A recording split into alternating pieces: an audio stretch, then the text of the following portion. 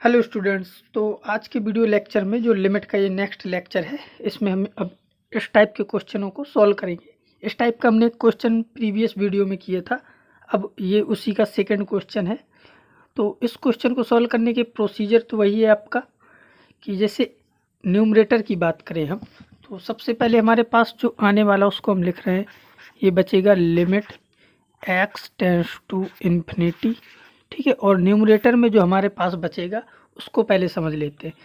तो यहाँ पे ध्यान दो, जैसे एल एन देखा हमें, एल एन और एक्स रेस टू पावर 7, तो इन दोनों के कंपैरिजन में मैंने बताया था कि एल एन तो निगलेक्ट हो जाएगा। जो दो टर्म लिखे हैं ये और ये, इनमें इसको मैं साइड में सॉल्व किए ले रहा हूँ। ये आपके पास दिया है 4 raise to power 3 log x to the base 2। तो इसको हम सॉल्व करके देखेंगे। तो ये जो 4 लिखा है इसको मैंने लिख दिया 2 रेस टू पावर 2। ठीक है, और ये है 3 log x to the base 2। जब आप इसको थोड़ा और सिंप्लीफाई करोगे तो ये यहाँ से ये आ जाएगा 2 रेस टू पावर, और ये 3 इंटू 2 ये 6 बन जाएगा। और इस 6 को आप लॉग में पावर में भेज सकते हो, तो ऐसे आ जाएगा ये आपका 2 रेस टू पावर लॉग 2 और ये एक्स रेस टू पावर 6। ठीक है, और ये आपको पता होगा कि ये जो आपका ये दिख रहा है, से जब मैंने बताया था कि ये जो बेस और ये दोनों सेम होते हैं तो ये हट जाता है, यानी कि फाइनली केवल ये बचेगा आपके पास। ठीक है, तो यानी कि इसका आंसर क्या आ जाएगा, एक्स रेस टू पावर 6। ठीक है, ये लॉग की प्रॉपर्टी से आपको ये पता होगा। तो अब यहाँ पे आ जाते हैं क्वेश्चन में। तब जैसे एक्स रेस टू पावर 6 है, यानी कि ये जो टर्म आपका है ये फाइनली है क्या, exact x raise to power 6 लिखा हुआ है। ठीक है, तो अब इन दोनों में हाईएस्ट डिग्री का जो टर्म होगा वो ही डोमिनेटिंग टर्म होगा। तो आपको दिख रहा है कि एक्स रेस टू पावर 7 है जो, ये है हाईएस्ट डिग्री टर्म। तो न्यूमरेटर में ऊपर बचेगा एक्स रेस टू पावर 7। इसके बाद हम बात करेंगे डिनोमिनेटर की। तो डिनोमिनेटर में आ जाते हैं।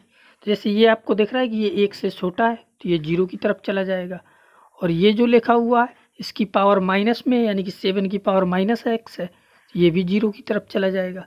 अब इन दोनों में यदि आप देखो तो एक्स रेस टू पावर 7 वाला जो टर्म है ये ही डोमिनेटिंग टर्म होगा। तो फाइनली एक्स क्यूब को भी नेग्लेक्ट कर देंगे, तो नीचे बचेगा 5 एक्स रेस टू पावर 7। तो फिर इसका मतलब कि ये और ये कैंसिल हो जाएगा और आपके पास फाइनली आ जाएगा 1/5, और यही आपका आंसर होगा। हम नेक्स्ट क्वेश्चन है जैसे इस टाइप का। तो इस क्वेश्चन को सॉल्व करने के लिए मैंने क्या किया, इसको ध्यान से देखो। जैसे एक्स इन्फिनिटी हो जा रहा है तो हमने इसको ऐसे लिखा, limit x tends to infinity. ठीक है, और हमने न्यूमरेटर में एक्स कॉमन लिया, तो ऊपर एक्स कॉमन लोगे तो ऐसे आ जाएगा 1 प्लस, यहाँ से आ जाएगा साइन एक्स अपॉन, और डिनोमिनेटर में भी एक्स कॉमन लिया तो आ जाएगा 1 प्लस 2 साइन एक्स अपॉन। ठीक है, ये ऐसे बचेगा। तो अब यहाँ पे यदि आप एक चीज़ ध्यान दो कि ये तो आपका एक्स से एक्स कैंसिल हो जाएगा। ठीक है, यदि एक्स इन्फिनिटी को जा रहा है तो साइन एक्स ओवर एक्स, ठीक है, ये 1 को नहीं जाएगा, ये जाएगा 0 को, क्योंकि जब एक्स 0 को जा रही हो लिमिट तो 1 को जाता है, और जब इन्फिनिटी को जा रही हो तो 0 को जाता है। ठीक है, तो ये भी आपका 0 को जाएगा और ये टर्म भी आपका 0 को जाएगा। तो फाइनली आपको दिख रहा है कि ऊपर से न्यूमरेटर से हमें क्या मिल जाएगा, 1, और डिनोमिनेटर से भी 1। तो इसका फाइनली आंसर क्या होगा, 1। अब जैसे आपके सामने इस टाइप के क्वेश्चन आते हैं, जैसे limit x tends to 0 plus. तो 0 प्लस क्यों लिया गया है इसमें, इसको पहले समझो कि एक्स 0 प्लस इसलिए लिया गया है कि यहाँ पे ये नेगेटिव बेस नहीं हो सकता, क्योंकि एक्स की नेगेटिव साइड से नहीं जा सकते हम, इस साइड से, यानी कि RHL की ही बात करेंगे इस क्वेश्चन के लिए। ठीक है, तो इसका बेस नेगेटिव नहीं हो सकता। ठीक है, तो अब इस क्वेश्चन को जैसे हमें सॉल्व करना है तो इसके लिए हमने जैसे एक्स की जगह यहाँ पे 0 पुट किया। ठीक है, तो ये आपका क्या है 0, और ऊपर भी 0, ये 0 रेस टू पावर 0 फॉर्म बन रही है, और ये भी एक इनडिटरमिनेट फॉर्म होती है। तो इसको मैंने सॉल्व करने के लिए क्या किया कि इस टर्म को जैसे हम प्रीवियस क्वेश्चनों में करते थे, यानी कि limit x tends to 0 plus, इसको हमने एक्सपोनेंशियल के रूप में लिख लिया, यानी कि e raise to power ln x raise to power x. ये आपका एक कॉन्टिन्यूस फंक्शन होता है ई, तो लिमिट को अंदर ले जा सकते हो, तो इसको ऐसे लिख दिया e raise to power limit x tends to 0 plus. ठीक है, और ये ln में ये जो x है आपका ये आ जाएगा, तो ऐसे हो जाएगा x ln एक्स, इस प्रकार से। ठीक है, अब इसको हम लिख सकते हैं एक्सपोनेंशियल। ठीक है, और मैं इसको ऐसे लिख रहा हूँ अंदर limit x tends to 0 plus. ठीक है, अब ये ln x as it is रहेगा ऊपर, और ये जो x है इंटू में इसको बटे में ला के लिख दो 1/x। यदि x 0 को जा रहा है तो ये आपका दिख रहा है कि ये कहाँ जाएगा, इन्फिनिटी को, और ये वैल्यू कहाँ जाएगी, इन्फिनिटी को, यदि x 0 को जा रहा है। ठीक है, 0 की पॉजिटिव साइड से जा रहा है। तो अब यदि ये वैल्यू इन्फिनिटी बाई इन्फिनिटी की फॉर्म बन रही है, तो इन्फिनिटी बाई इन्फिनिटी की फॉर्म बन रही है, इसकी वजह से हम इसमें लगा सकते हैं LHR। तो फिर हमने इसमें LHR लगा दिया, तो आ जाएगा limit x tends to 0 plus. तो ऊपर वाले का डेरिवेटिव करोगे तो ln x का हो जाएगा 1/x, और डिनोमिनेटर का होगा -1/x²। ये आपको दिख रहा है कि इससे ये कैंसिल हो जाएगा, एक एक्स से एक एक्स, तो यहाँ से आ जाएगा एक्सपोनेंशियल, और ये आ गया limit x tends to 0 plus, और यहाँ पे बचेगा -x। ठीक है, अब यदि आप इसमें लिमिट पुट कर दोगे तो ये 0 को चला जाएगा, यानी कि आ जाएगा एक्सपोनेंशियल, और यहाँ पे बचेगा 0। एक्सपोनेंशियल 0 का मतलब e⁻0, और इसकी वैल्यू क्या होती है 1। आपका जो ये क्वेश्चन था, ठीक है, limit x tends to 0 plus x⁻x, इसका आंसर क्या आ गया 1, यानी कि limit x tends to 0 plus और x⁻x, इसकी वैल्यू आ गई 1 के इक्वल। और ये एक फॉर्मूले के तरीके काम होगा, तो इसको आपको याद भी कर लेना है। ठीक है, इस रिजल्ट को। तो इस रिजल्ट का यूज क्या है, इसके लिए हम ये क्वेश्चन समझते हैं। जैसे ये मैंने लिस्ट कर रखे हैं, यदि x 0 को जा रहा है तो ये आपको दिख रहा है कि ये वैल्यू 0 को जाएगी, और ये भी 0 को जाएगा, साइन 0। और यदि ये दोनों वैल्यू 0 को जा रही हैं और ये दोनों सेम है, यानी कि साइन और साइन ये दोनों, जैसे इसमें होता है x, ये दोनों सेम होने चाहिए, ये x और ये x सेम होने चाहिए। तो यदि ये ऐसे हैं तो फिर इसका आंसर क्या होगा 1। अब इन क्वेश्चनों में क्या है कि ये दोनों सेम तो हैं, बस इसमें लिमिट चेंज हो रही है। जैसे साइन x की जगह साइन x पाई, तो अब हमें ये चेक करना पड़ेगा कि हम किस डायरेक्शन से जा रहे हैं, पॉजिटिव डायरेक्शन से या नेगेटिव डायरेक्शन में। जैसे साइन को आप चेक करो, जैसे क्वाड्रेंट में पाई यहाँ पे होता है। ठीक है, तो साइन जो है फर्स्ट और सेकंड क्वाड्रेंट में साइन पॉजिटिव होता है, थर्ड में आपका नेगेटिव होता है। तो जब पाई प्लस का मतलब कि हम ऐसे जा रहे होंगे। ठीक है, ये क्या है पाई प्लस, और पाई माइनस का मतलब कि हम ऐसे जा रहे होंगे। ठीक है, तो जब आप नीचे से जाओगे तो ये पाई प्लस का मतलब क्या है कि थर्ड क्वाड्रेंट, और थर्ड क्वाड्रेंट में साइन क्या होता है नेगेटिव। तो इसका मतलब कि पाई पॉजिटिव जाने में ये क्या मिलेगा हमें माइनस, वैल्यू हमें देगी 0 माइनस। और यदि ये 0 माइनस यानी कि इसका ये जो बेस है ये नेगेटिव हो गया, तो वैल्यू हो जाएगी अनडिफाइंड।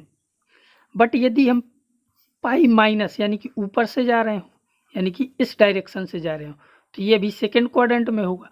सेकेंड क्वाड्रेंट में ये प्लस का होता है साइन, तो इसका मतलब कि अब ये जो वैल्यू है आपकी ये मिलेगी 0 प्लस। ठीक है, और यदि ये 0 प्लस मिलती है तो फिर से इसका आंसर क्या मिलेगा 1। अब अगला क्वेश्चन है जैसे इस प्रकार से limit x tends to 0 plus. जैसे ये हमें पता है कि ये 0 प्लस है। ठीक है, अगर ये दोनों सेम होते ये और ये तो इसकी वैल्यू 1 होती, बट अभी सेम नहीं है, तो कुछ ऐसा करना पड़ेगा जिससे ये सेम बन जाए। क्योंकि हमें जैसे ये फॉर्मूला पता है कि ये 1 होता है, इस टाइप से भी बना सकते हैं, तो हमने इसको इसी टाइप से बनाने का ट्राई किया। तो इसके बाद मैंने इसको ऐसे लिखा limit x tends to 0 plus. ठीक है, और इसको लिखा x⁻x। ठीक है, और यहाँ पे हमने लिख दिया साइन x अपॉन x। ऐसा लिखने से अब आपको ये दिख रहा होगा कि ये x से x, ये आपका x से x ये और ये कैंसिल हो जाएगा, तो कोई प्रॉब्लम नहीं है, इसको ऐसे लिख सकते हैं। यदि अब उस फॉर्मूले में देखो, जैसे मैंने ये बताया था कि limit x tends to 0 plus है यदि, और x⁻x है, तो इसका आंसर 1 होता है। तो फिर इसका जो आंसर होगा जब x 0 को जा रहा है, तो हमें दिख रहा है x⁻x ये 1 को जाएगा। ठीक है, और ये 1 को जाएगा, और साइन x अपॉन x, जब x 0 को जा रहा है तो साइन x अपॉन x भी 1 को जाता है। तो मतलब ये हुआ इसका कि ये आपका कुछ ऐसा लिखा है कि 1⁻1, और इसका आंसर क्या होगा 1। अब जैसे नेक्स्ट क्वेश्चन ये, यदि x, अब इसमें क्या है कि x 0 को जा रहा है, तो ये आपका कहाँ जा रहा होगा, इन्फिनिटी, और ऊपर 0, तो इन्फिनिटी रेज़ टू पावर 0, ये एक इंडेटरमिनेट फॉर्म होती है। तो फिर इसके लिए मैंने क्या किया कि इस क्वेश्चन को फिर मैंने ऐसे लिखा, limit x tends to 0 plus, ठीक है, और ऊपर 1 और नीचे आ गया x raise to power x, ठीक है।